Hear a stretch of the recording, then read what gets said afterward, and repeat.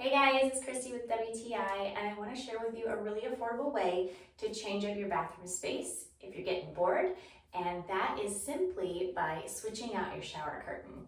So this shower curtain is beautiful. It's by FamLoop, and I really like it. So the bathroom I'm in now, this is my children's bathroom, and there were a couple things about this shower curtain in particular that I really liked because I knew kids were going to be using it.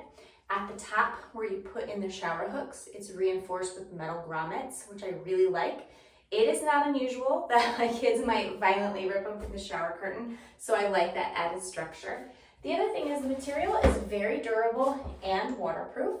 I love the simplistic design. We had kind of a busy shower curtain up before, and I was really ready for something simple and refreshing, and this does it for me.